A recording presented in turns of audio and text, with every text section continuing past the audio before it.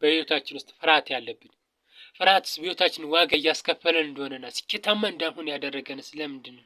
በህይወታችን ፍርሃት ዋጋ አስከፍሎናል። ስኬታማ እንዳንሆንና የፈለግነውን ሀሳብ እንዳንገልጥ አድርጎናል። ለምንድን ነው ግን ፍርሃት ወደ ኋላ የሚያስቀረን?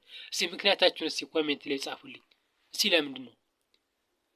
እስኪ ንገሩኝ። እስኪ ራሳችሁን ጠይቁ። ፍርሃት ለምንድን ነው መጣ? አዩ ፍርሃት ውስጥ ነው ሚስጥሩ ያለው። ስለዚህ ስኬታችን ሚስጥሩ ያለው ፍርሃት ውስጥ ነው።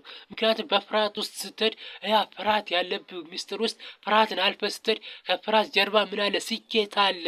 ስለዚህ ስኬታማ መሆን ከፈለግ ፍርሃትን አልፈህ የስኬት ሚስጥርን ታውቃለህ። ምክንያቱም በፍርሃት ውስጥ ነው ስኬታማ መሆን የምችለው።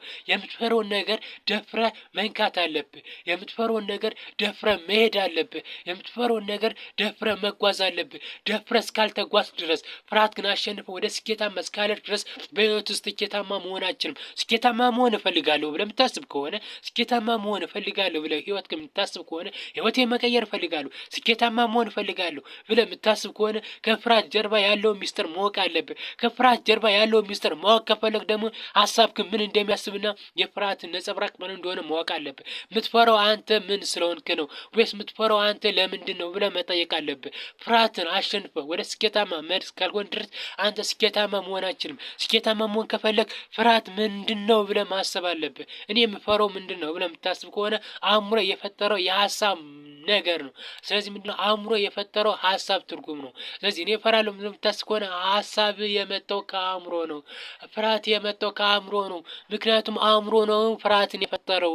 ስለዚህ አእምሮ ፍርሃትን እስከፈጠረው ድረስ ሪያሊቲ የሆነ ነገር ፍርሃት የለም። ስለዚህ አእምሮን ማሸነፍ ከቻልክ ፍርሃትን ማሸነፍ ትችላለህ። ስለዚህ ፍርሃት የፈጠረው አእምሮ ስለሆነ ድረስ ስለዚህ ደፋር ነኝ፣ እችላለሁ፣ አሸንፋለሁ፣ መንገድ የተሳካና የተቃና ይሆናል ብለህ የምታስብ ከሆነ በህይወት ውስጥ ሁሌም ቢሆን የተሳካና ስኬታማ መሆን ትችላለህ። ስለዚህ ፍርሃት የፈጠረው ሚስጥርና ጥልቅ ሚስጥርና ከፍርሃት ጀርባ ያለው ሚስጥር እስካወቅ ድረስ ስኬታማ መሆን ትችላለህ። ፍርሃት ምንድነው? በአእምሮ ውስጥ የፈጠርከው አንድ የውሸት ትርክት ነው። ስለዚህ ያን ትርክት አልፈህ ስኬታማ መሆን ትችላለህ። ስለዚህ ፍርሃት ማሸነፍ ከፈለግ ራስህን ማሸነፍ አለብህ። ስኬታማ መሆን ከፈለግ ፍርሃትህን አሸንፈህ ወደ ስኬት ደረጃ ትሄዳለህ። ስኬታማ ከሆንክ ከፈለግ ፍርሃትህን አሸንፈህ ህይወትህን መቀየር ትችላለህ። ህይወትህን ለመቀየር ራስህን ቀይር። ሁሌም አሸናፊ ነን፣ አሸናፊንም ሆነም እንቀጥላለን።